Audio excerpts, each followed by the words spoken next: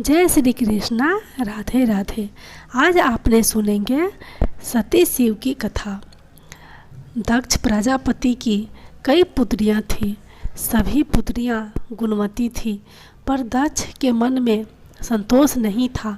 वे चाहते थे उनके घर में एक ऐसी पुत्री का जन्म हो जो शक्ति संपन्न हो, सर्व विजयनी हो। दक्ष एक ऐसी पुत्री के लिए तप करने लगे।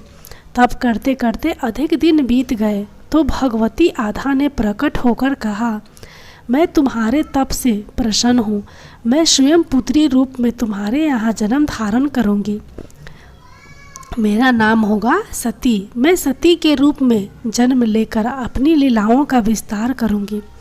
फलतः भगवती आधा ने सती रूप में दक्ष के यहाँ जन्म लिया। सती दक्ष की सभी पुत्रियाँ में अलौकिक थी। उन्होंने बाल काल में ही कई ऐसे अलौकिक कृत्य कर दिखाए थे जिन्हें देखकर स्वयं दक्ष को भी विस्मय की लहरों में डूब जाना पड़ा। जब सती विवाह योग हुई तो दक्ष को उनके लिए वर की चिंता हुई। उन्होंने ब्रह्मा जी से परामर्श किया। ब्रह्मा जी ने कहा, सती आधा का अवतार है। आधा आदि शक्ति और शिव आदि पुरुष है। अतः सती के विवाह के लिए शिव ही योग और उचित वर है। दक्ष ने ब्रह्मा जी की बात मानकर सती का विवाह भगवान शिव के साथ कर दिया। सती कैलाश में जाकर भगवान शिव के साथ रहने लगी। यद्यपि भगवान शिव के दक्ष के जमता थे, किंतु एक ऐसी घटना घटी जिसके कारण दक्ष के हृदय में भगवान शिव के प्रति बैर और विरोध पैदा हो गया। घटना इस प्रकार थी। एक बार ब्रह्मा ने धर्म के निरूपण के लिए एक सभा का आयोजन किया था। सभी बड़े बड़े देवता सभा में एकत्र थे। भगवान शिव भी एक ओर बैठे थे। सभी मंडल में दक्ष का आगमन हुआ। दक्ष के आगमन पर सभी देवता उठकर खड़े हो गए, पर भगवान शिव खड़े नहीं हुए। उन्होंने दक्ष को प्रणाम भी नहीं किया। फलतः दक्ष ने अपमान का अनुभव किया। केवल यही नहीं, उनके हृदय में भगवान शिव के प्रति ईर्ष्या की आग जल उठी। वे उनसे बदला लेने के लिए समय और अवसर का प्रतीक्षा करने लगे। भगवान शिव को किसी के मान और किसी का अपमान से क्या मतलब। वे तो समदर्शी हैं। उन्हें तो चारों ओर अमृत दिखाई पड़ता है। जहाँ अमृत होता है वहाँ कड़वाहट और कैसे लेपन का क्या काम। भगवान शिव कैलाश में दिन रात राम राम कहा करते थे। सती के मन में जिज्ञासा उत्पन्न हो उठी। उन्होंने अवसर पाकर भगवान शिव से प्रश्न किया, आप राम राम क्यों करते हैं? राम कौन है? भगवान शिव ने उत्तर दिया, राम आदि पुरुष है, स्वयंभू हैं, मेरे आराध्य है। सौगुण भी है, निर्गुण भी है, किंतु सती के कंठ के नीचे बात उतरी नहीं। वे सोचने लगी, अयोध्या के निप्रति दशरथ के पुत्र राम आदि पुरुष के अवतार कैसे हो सकते हैं? वे तो आजकल अपनी पत्नी सीता के वियोग में दंडक वन में उन्मत्तों की भांति विचरण कर रहे हैं। वृक्ष और लताओं से उनका पता पूछते फिर रहे हैं। यदि वे आदि पुरुष के अवतार होते तो क्या इस प्रकार आचरण करते? सती के मन में राम की परीक्षा लेने का विचार उत्पन्न हुआ। सीता का रूप धारण करके दंडक वन में जा पहुंची और राम के सामने प्रकट हुई। भगवान राम ने सती को सीता के रूप में देखकर कहा, माता, आप एकाकी यहाँ वन में कहाँ घूम रही हैं? बाबा विश्वनाथ कहाँ है? राम का प्रश्न सुनकर सती से कुछ उत्तर देते न बना। वे अदृश्य हो गई और मन ही मन पश्चाताप करने लगी कि उन्होंने व्यर्थ ही राम पर संदेह किया। राम सचमुच आदि पुरुष के अवतार हैं। सती जब लौट कर कैलाश गई तो भगवान शिव ने उन्हें आते देख कहा, सती, तुमने सीता के रूप में राम की परीक्षा लेकर अच्छा नहीं किया। सीता मेरी आराध्या है, अब तुम मेरी अर्धांगिनी कैसे रह सकती हो। इस जन्म में हम और तुम पति और पत्नी के रूप में नहीं मिल सकते। शिवजी का कथन सुनकर सती अत्यधिक दुखी हुई। पर अब क्या हो सकता था। शिवजी के मुख से निकली हुई बात असत्य कैसे हो सकती थी। शिवजी समाधिस्थ हो गए। सती दुख और पश्चाताप की लहरों में उतरने लगी। उन्हीं दिनों सती के पिता कनखल में बहुत बड़ा यज्ञ कर रहे थे। उन्होंने यज्ञ में सभी देवताओं और मुनियों को आमंत्रित किया था, किंतु शिवजी को आमंत्रित नहीं किया था, क्योंकि उनके मन में शिवजी के प्रति ईर्ष्या थी।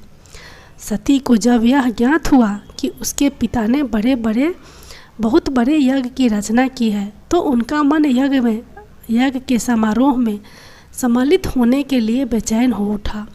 शिवजी समाधिस्थ थे, अतः वे शिवजी से अनुमति लिए बिना ही वीरभद्र के साथ अपने पिता के घर चली गई। कहीं कहीं सती के प्रीति गृह जाने की घटना का वर्णन एक दूसरे रूप में इस प्रकार मिलता है।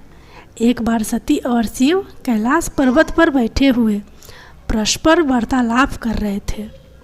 उसी समय आकाश मार्ग में कई विमान कनखल की ओर जाते हुए दिखाई पड़े। सती ने उन विमानों को देखकर भगवान शिव से पूछा, प्रभु ये सभी विमान किसके हैं और कहाँ जा रहे हैं। भगवान शंकर ने उत्तर दिया, आपके पिता ने यज्ञ की रचना की है। देवता और देवांग नाएं इन विमानों में बैठकर उसी यज्ञ में सम्मिलित होने के लिए जा रहे हैं। सती ने दूसरा प्रश्न किया, क्या मेरे पिता ने आपको यज्ञ में सम्मिलित होने के लिए नहीं बुलाया। भगवान शंकर ने उत्तर दिया, आपके पिता मुझसे बैर रखते हैं, फिर वे मुझे क्यों बुलाने लगे। सती मन ही मन सोचने लगी, फिर बोली, यज्ञ के अवसर पर अवश्य मेरी बहनें आएंगी। उनसे मिले हुए बहुत दिन हो गए। यदि आपकी अनुमति हो तो मैं भी अपने पिता के घर जाना चाहती हूँ। यज्ञ में सम्मिलित हो लूँगी और बहनों से भी मिलने का शुभ अवसर मिलेगा। भगवान शिव ने उत्तर दिया, इस समय वहाँ जाना उचित नहीं होगा। आपके पिता मुझसे जलते हैं, हो सकता है वे आपको भी अपमान करें। बिना बुलाए किसी के घर जाना उचित नहीं होता। भगवान शिव ने उत्तर दिया, हाँ, विवाहिता लड़की को बिना बुलाए पिता के घर नहीं जाना चाहिए, क्योंकि विवाह हो जाने पर लड़की अपने पति की हो जाती है। पिता के घर से उसका संबंध टूट जाता है। किंतु सती पीहर जाने के लिए हठ करती रही, अपनी बात बार बार दोहराती रही। उनकी इच्छा देखकर भगवान शिव ने पीहर जाने की अनुमति दे दी। उनके साथ अपना एक गण भी कर दिया। उस गण का नाम वीरभद्र था। सती वीरभद्र के साथ अपने पिता के घर गई, किंतु उनसे किसी ने भी प्रेम पूर्वक वार्तालाप नहीं किया। दक्ष ने उन्हें देखकर कहा, तुम कहाँ यहाँ मेरा अपमान करने आई हो। अपनी बहनों को तो देखो, वे किस प्रकार भांति भांति के अलंकारों और सुंदरों वस्त्रों में सुसज्जित है। तुम्हारे शरीर पर मात्र बांधवर है। तुम्हारा पति शमशान वासी और भूतों का नायक है। वह तुम्हें बांधवर छोड़कर और पहना ही क्या सकता है। दक्ष के कथन से सती के हृदय में पश्चाताप का सागर उमड़ पड़ा। वे सोचने लगी, उन्होंने यहाँ आकर अच्छा नहीं किया। भगवान ठीक ही कह रहे थे, बिना बुलाए पिता के घर भी नहीं जाना चाहिए। पर अब क्या हो सकता है, अब तो आ ही गई हूँ। पिता के कटु और अपमानजनक शब्द सुनकर भी सती मौन रही। वे उस यज्ञ मंडल में गई जहाँ सभी देवता और ऋषि मुनि बैठे थे। तथा यज्ञ कुंड में धू धू करती जलती हुई अग्नि में आहुतियाँ डाली जा रही थी। सती ने यज्ञ मंडप में सभी देवताओं के तो भाग देखे, किंतु भगवान शिव का भाग नहीं देखा। वे भगवान शिव का भाग न देखकर अपने पिता से बोली, पिता श्रेष्ठ, यज्ञ में तो सबके भाग दिखाई पड़ रहे हैं, किंतु कैलाशपति का भाग नहीं है। आपने उनका भाग क्यों नहीं दिया? दक्ष ने गर्व से उत्तर दिया, मैं तुम्हारे पति कैलाश को देवता नहीं समझता। वह तो भूतों का स्वामी, नग्न रहने वाला, हड्डियों की माला धारण करने वाला है। वह देवताओं की पंक्ति में बैठने योग्य नहीं है, उसे कौन भाग देगा? सती के नेत्र लाल हो उठे, उनकी भौवें कुटिल हो गई, उनका मुखमंडल प्रलय के सूर्य की भांति तेजो क्षिप्त हो उठा। उन्होंने पीड़ा से तिलमिलाते हुए कहा, ओह, मैं इन शब्दों को कैसे सुन रही हूँ? मुझे धिक्कार है। देवताओं, तुम्हें भी धिक्कार है।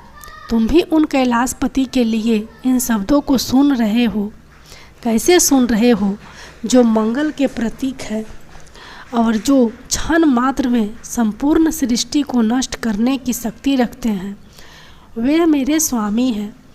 नारी के लिए उसका पति ही स्वर्ग होता है। जो नारी अपने पति के लिए अपमानजनक शब्दों को सुनती है, उसे नरक में जाना पड़ता है। पृथ्वी सुनो, आकाश सुनो और देवताओं तुम भी सुनो। मेरे पिता ने मेरे स्वामी का अपमान किया है। मैं अब एक क्षण भी जीवित रहना नहीं चाहती। सती अपने कथन को समाप्त करती हुई यज्ञ के कुंड में कूद पड़ी। जलती हुई आहुतियों के साथ उनका शरीर भी जलने लगा। यज्ञ मंडप में खलबली पैदा हो गई, हाहाकार मच गया। देवता उठकर खड़े हो गए। वीरभद्र क्रोध से कांप उठे। वे उछल उछल कर यज्ञ का विध्वंस करने लगे। यज्ञ मंडप में भगदड़ मच गई।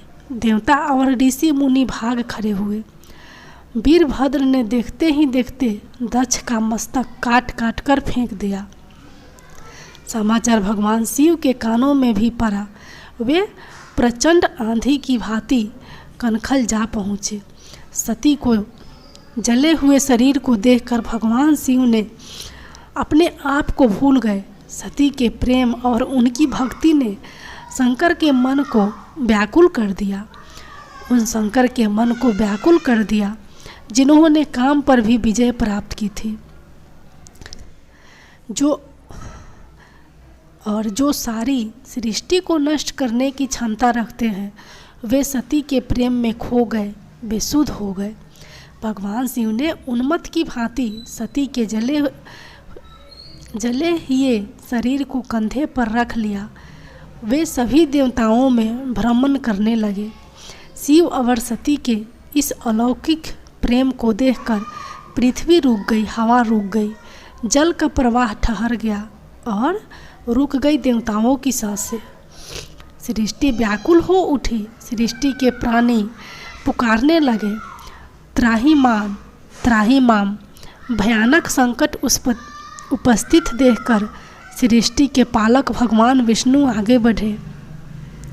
वे भगवान शिव को बेसुधी में अपने चक्र से सती के एक एक अंग को काट काट कर गिराने लगे। धरती पर 51 स्थानों में सती के अंग कट कट कर गिरे। जब सती के सारे अंग कट कट कर गिर गए तो भगवान शिव पुनः अपने आप में आए। जब वे अपने आप में आए तो पुनः सृष्टि के सारे कार्य चलने लगे। धरती पर जिन 51 स्थानों में सती के अंग कट कट कर गिरे थे, वे ही स्थान आज शक्ति के पीठ स्थान माने जाते हैं। आज भी उन स्थानों में सती का पूजन होता है, उपासना होती है। धन्य या शिव और सती का प्रेम, शिव और सती के प्रेम ने उन्हें अमर बना दिया है।